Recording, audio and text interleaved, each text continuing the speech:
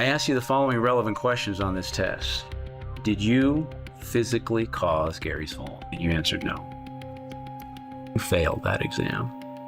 Let me say that again. You failed the exam regarding Gary's fall. That's false. 1, you were not completely honest with me yesterday. 2, the other thing I know that's 100% certain is that there is more to this story that hasn't been told. Shannon Price, Gary Coleman's common-law wife at the time of his death, underwent a polygraph examination to address persistent questions about her potential involvement in those strange circumstances. The different stroke star died in 2010 following a fall down the stairs at his Utah residence where he suffered a fatal head injury. But documentary filmmakers and others have since raised the questions about whether Price played a role in the incident. And seeking to address these allegations, Price participated in A&E's lie detector, Truth or Deception. In preview footage from the program, polygraph expert and former FBI agent George Olivo informed Price that her responses to 2 crucial questions about Coleman's fall indicated deception. We're going to take a closer look at her body language when facing the results to that polygraph examination, but also at some of the circumstances surrounding the incident, such as the disturbingly detached 911 call, the photo that was leaked to the tabloids right after Gary's passing, and some very strange behavior from Price in other circumstances. Hello and welcome back, my body language buddies. My name is Jesus Enrique Rosas. I'm the body language guy, and don't forget to like, subscribe, and hit that bell so you don't miss any of my body language analysis and tips. Let's get down to it. When I was researching this case, one of the things that confused me the most was Shannon's 911 call the moment that Gary had fallen down the stairs. Let's listen to it. I had my husband go make me some food downstairs. He just got home. I heard this big bang. I went downstairs, blood everywhere. I don't know if he's okay. His head is bloody. There's blood all over the floor. I don't know what happened. I really don't know what happened. I just heard this bang and I went down there and he's on the floor. Send someone quick because I don't even know if he's like going to be alive. Okay, the first part of the call, she was way more calm, and at least this second part, this second section that we heard, she was speaking a bit more rushed. Maybe she got some anxiety, but she is talking about there's a lot of blood on the floor, and that is going to be important right now. There's a lot of blood on the floor. Can you go to where he is and help him? He's lethargic. I can't really help him. I just can't be here with the blood. I'm sorry, I can't do it. I can't. And there's like blood all over and I can't do anything. I just can't be here with the blood. I'm sorry, I can't do it. I just can't. There's like blood all over, and I can't do anything. You might have noticed that, yeah, her voice, maybe she's in a state of shock. I'm gonna give her the benefit of the doubt and say that she was in a state of shock precisely because she, couldn't behave properly, couldn't function properly at the sight of all the blood. Or some people are like that. Where is he at now? On the floor in the kitchen. I've just been kind of sick, and I don't want to be traumatized. Now, this is the thing that worries me a bit. I've just been kind of sick, and I don't want to be traumatized. I mean, they were no longer married at the moment, but they were living together in something that was like a marriage. Like, there's a legal term for that. But even so, it's that your partner is lying on the kitchen floor. There's blood everywhere. And with some words, so many sentences, I would guess that like 40% of the sentences are about how she is feeling sick about that. I've just been kind of sick, and I don't want to be traumatized. I don't want to be traumatized right now. Is he conscious? I don't know. No, he was like bubbling at the mouth. I'm gagging. I got blood on myself. I can't deal. She was completely about to pass out herself from the blood. Can you tell him to try and put pressure on the back of his head? No, we can't. It's like all bloody, and I'm not trying to do. He's not with it. I just don't want him to die. I'm freaking out like really bad. I just don't want him to die. I'm freaking out really bad. Don't move. Stay there, okay? You had to put this on your head. This is her talking to him. He was not unconscious. He was lethargic. She said that herself. And then she finally sounds like with some kind of emotion. Don't move. Stay there, okay? You have to put this on your head. Keep pressure on this, okay? Hold this. Whoa. Keep pressure on this, okay? Hold this. Whoa. He's bloody like all freaking over. I mean, that last part when she says, she comes back to the operator and she says, oh yeah, he's bloody like all freaking over. That was a bit dismissive, even if disgusted. He's bloody like all freaking over. Bellamy needs to sit down. You need to sit down. Sit down. Gary, sit down. What's wrong? Look at the floor. Sit down. Oh, sit down. Okay, but now we need to go a bit, let's say, back down memory lane and understand that at some point, well, their relationship was, let's say, normal, we can say, but the things that she claims to have happened when she met him and the behavior, it's a bit concerning, to say the least. So when I met him, I 100% did not know who he was. I didn't like TV as a kid. Like, I used to call him Shorty because I'm not good with names. And so it took me a minute to remember Gary. I found that a bit odd that she did not know who Gary Coleman was. Well, maybe she knew about the series and she didn't make the connection, or she didn't remember the name of the actor. I mean, how can you know who Gary Coleman is? Everybody knows who Gary Coleman is, but, well, there's a possibility.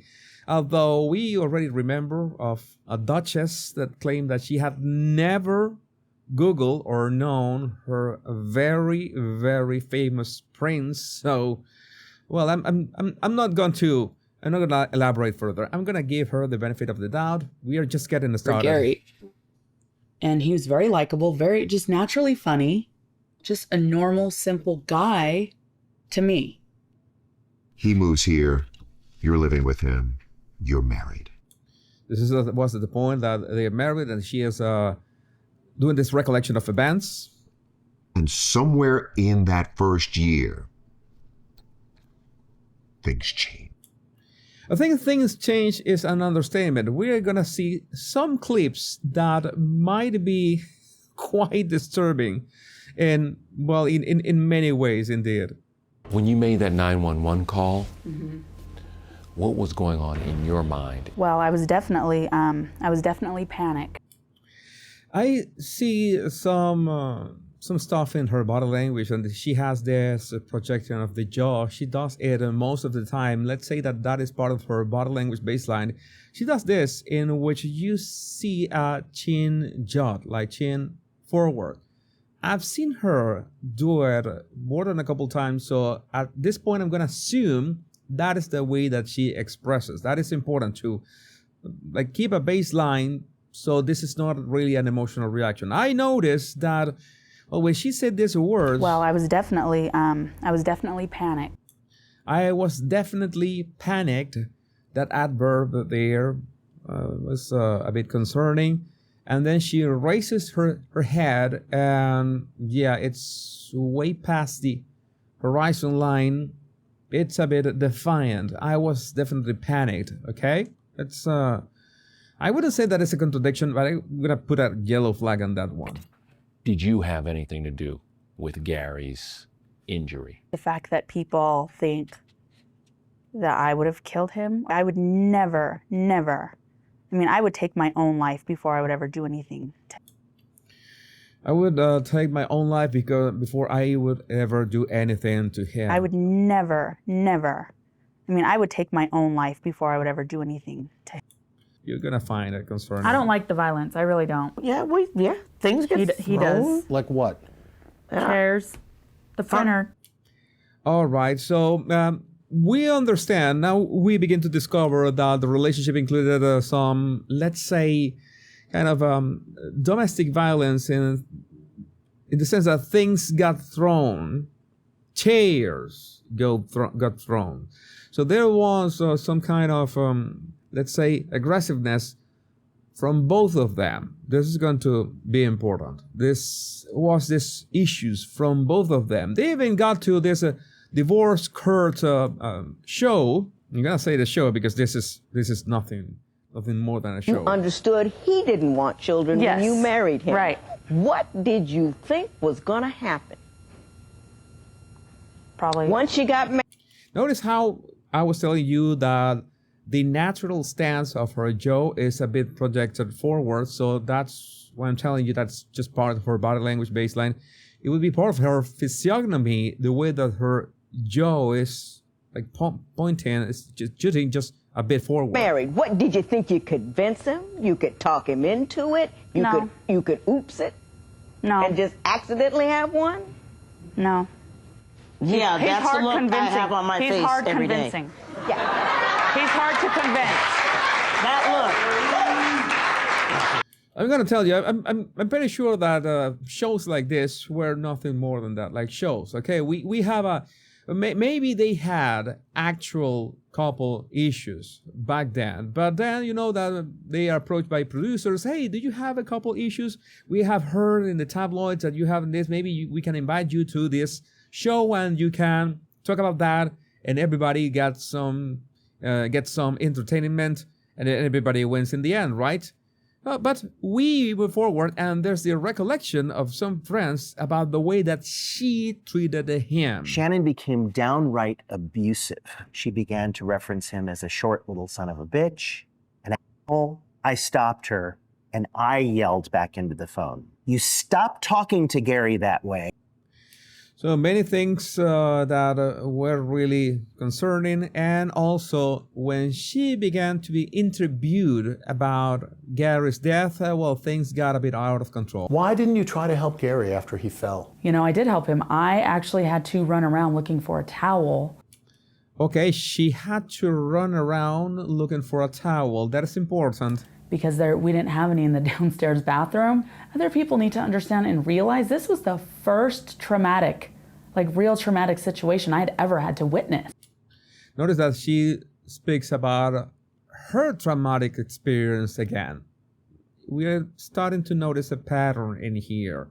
A very, let's say, covered, very slight pattern, but a pattern indeed. When you're pointing the fingers at me, you better make sure your hands are clean. All right, no, we are just making observations, and your friends and Gary's friends were making observations indeed. And there are other clips, before we move into the real stuff, that, can be a bit chilling. Trigger warning. I tried to save his life. I did everything I could. I was on his healthcare directive. And so, with that being said as well, my dad and I had gone there that afternoon, and he was already gone. There was also recollection the time that he was in the hospital. He spent, I think it was 2 days in the hospital. And as soon as he arrived there, he got a cardiac arrest. He entered cardiac arrest, and they called her.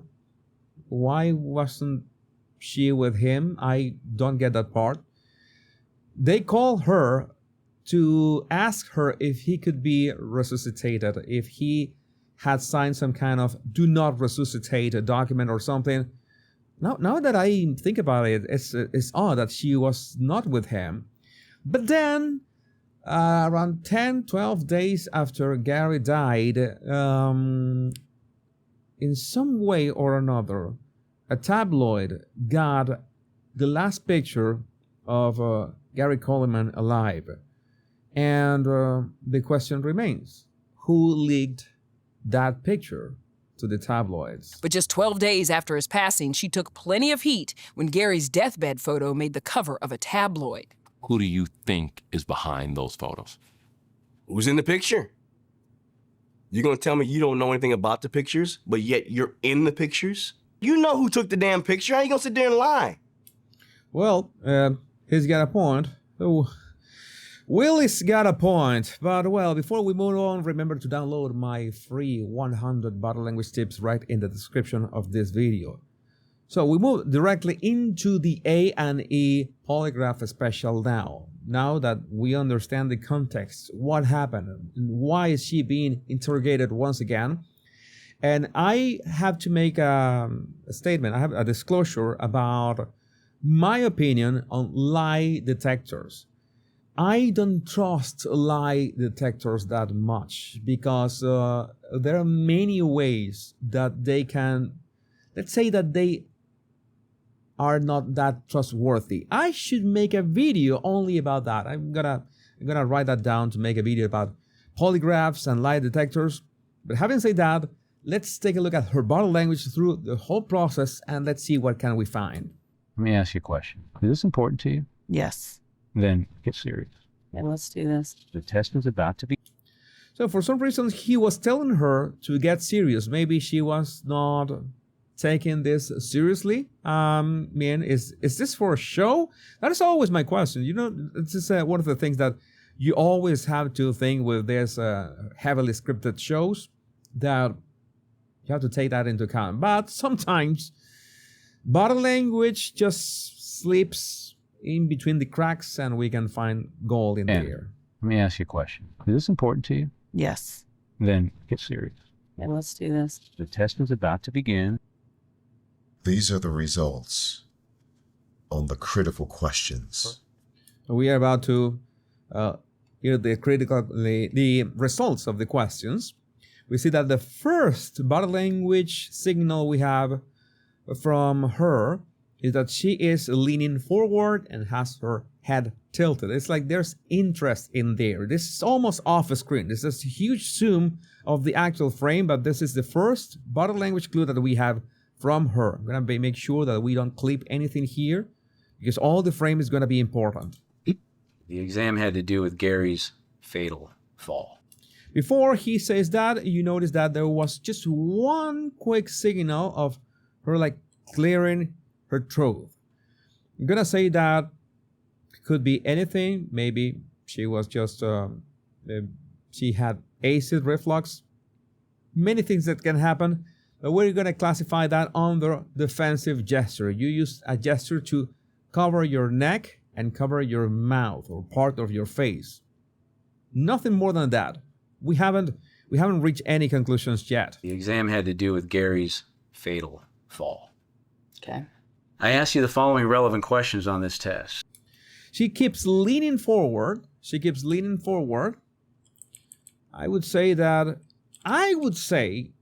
her chin and her jaw are tense, but now we remember that that is the standard posture, the standard, let's say, configuration of her jaw. So nothing to see in there. She's squinting just a bit, and she does this gesture of like using her tongue inside of her mouth and then wetting her lips, which it's a sign of nervousness. Very slight nervousness. We could say 10% of nervousness. 2 signs so far. You could say like 20%. Questions on this test. Did you? A couple of things here. She is very slowly rocking back and forth. It's going to be a bit hard to see. I'm going to do it in slow motion, and you see that her leg is also moving, it's like bopping like this. And she's got both hands, one of them inside the sweater, like the sweater has these pockets, and she's got her right hand inside the sweater pocket, and the other hand between her legs, also kind of a defensive gesture. Overall, from the beginning, just seconds, we just have one signal of interest, which is the rather leaning into the interrogator, and the rest are defensive, let's say, gestures. Did you physically cause Gary's fall? Mm-hmm. You answered no.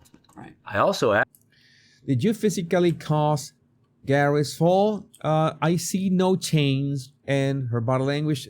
She was just having her head a bit tilted. She tilts that a bit more. Again, this is important. You say, oh, there's a chin jut in there. No, that's why it's so important to establish a body language baseline. That is the way. That is her usual face, her usual jaw, and her lower lip usually like protrudes a bit more. It's like her normal face, so to speak. So no reaction yet. We could say that there's no reaction yet. I could spot just a hand just a small hint of a smile in there. No asymmetrical smile. Maybe a smile only with the lips, even if the lips look like pretty much horizontal. I'm pretty sure I'm seeing like a 2% of a smile in there. This is not a completely neutral face. I know a neutral face when I see it, and this is not one of those. Let's just take note of that. Also asked you, did you physically cause Gary to fall that day? And you answered no. She once again shows no apparent reaction. She just closes her eyes. I wouldn't say that it's a long blink. I think the blink was the usual duration. No, it's a normal blink. She nods. She hasn't changed posture. Her posture is defensive, but she hasn't changed it. There's no change in her breathing. There's no change in her head tilt. Nothing to see here yet. And the results are? So, she hasn't heard the results of the evaluation. And when she's about to hear the results, this is the kind of things that I don't like of these shows. We don't know when she really did this gesture.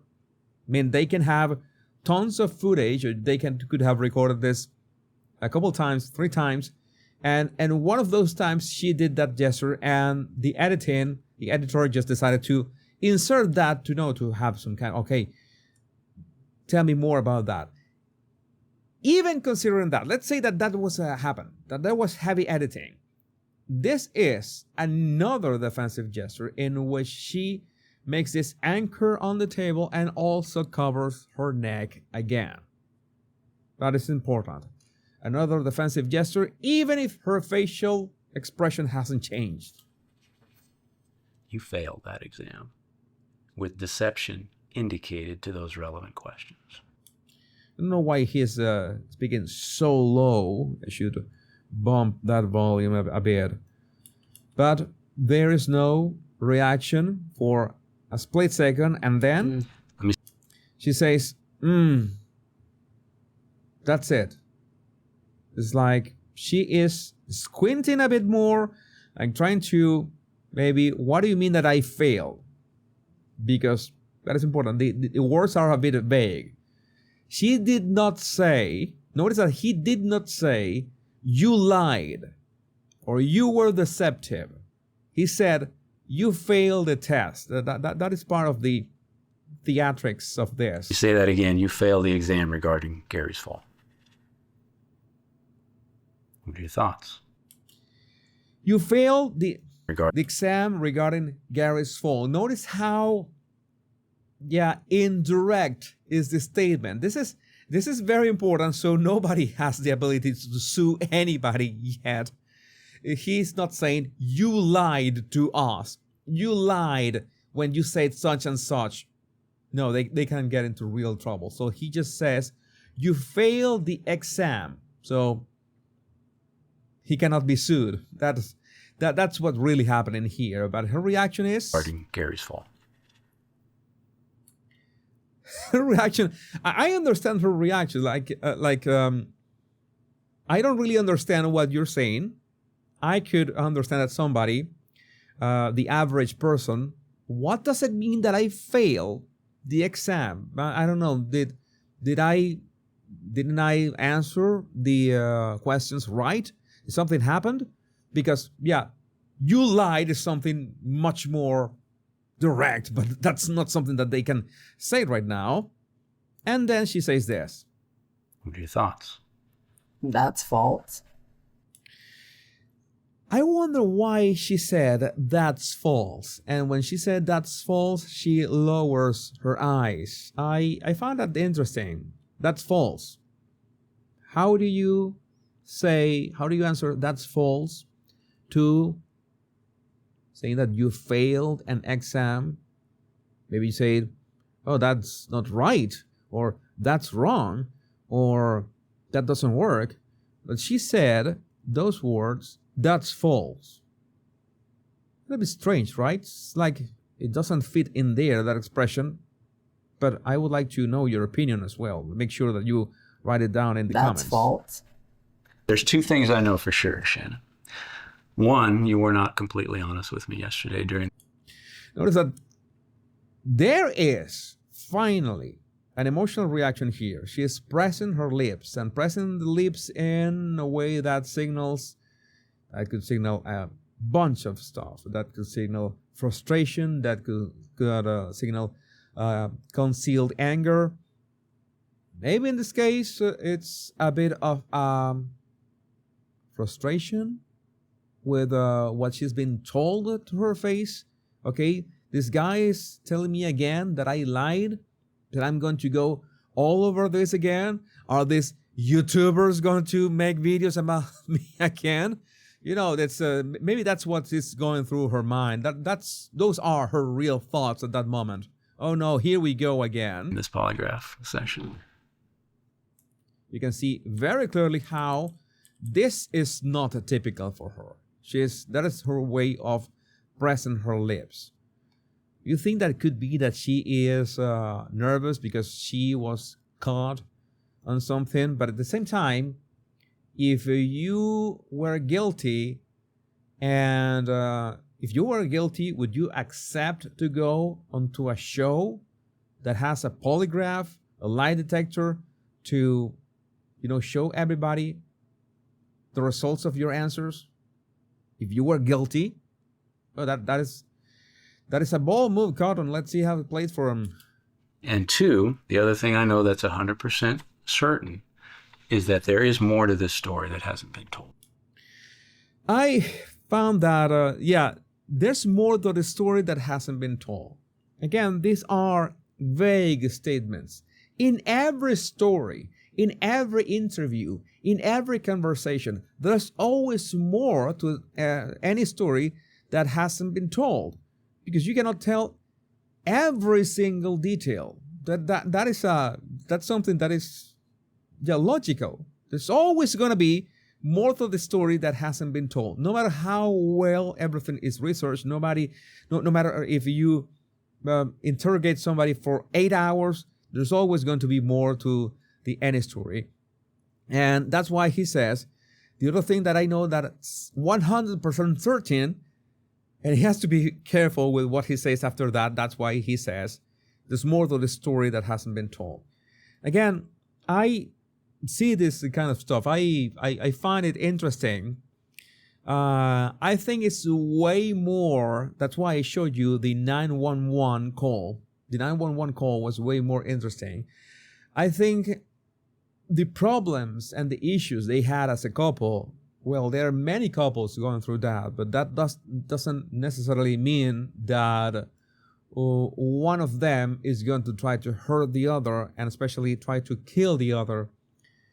And we never know if they acknowledge publicly that they threw chairs to each other and printers and stuff. If in those fights, or in a fight such as those, well, there could be an actual accident. An accident that, well, could have been provoked by the fight itself.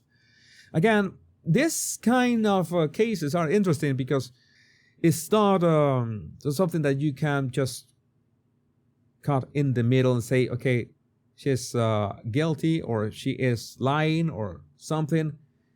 But you see everything stacking up, and you can't help but think that at least this can tell us a lot about toxic relationships. And I think that's the most important thing that we can learn from this. If you're in a toxic relationship, if you're throwing chairs at each other, if you got married and all of a sudden you change your stance on having or not having kids, and you expect your partner to also change their stance that was arranged pre-marriage, conflict is going to ensue. So I think you have to be really careful about this. But I would like to know what you think about this in the comments. Remember to download my free 100 body language tips right in the description of this video. And there's one video about toxic personalities that you might find interesting as well. My name is Jesus Enrique Rosas. I'm the Battle Language Guy. Much love and bliss.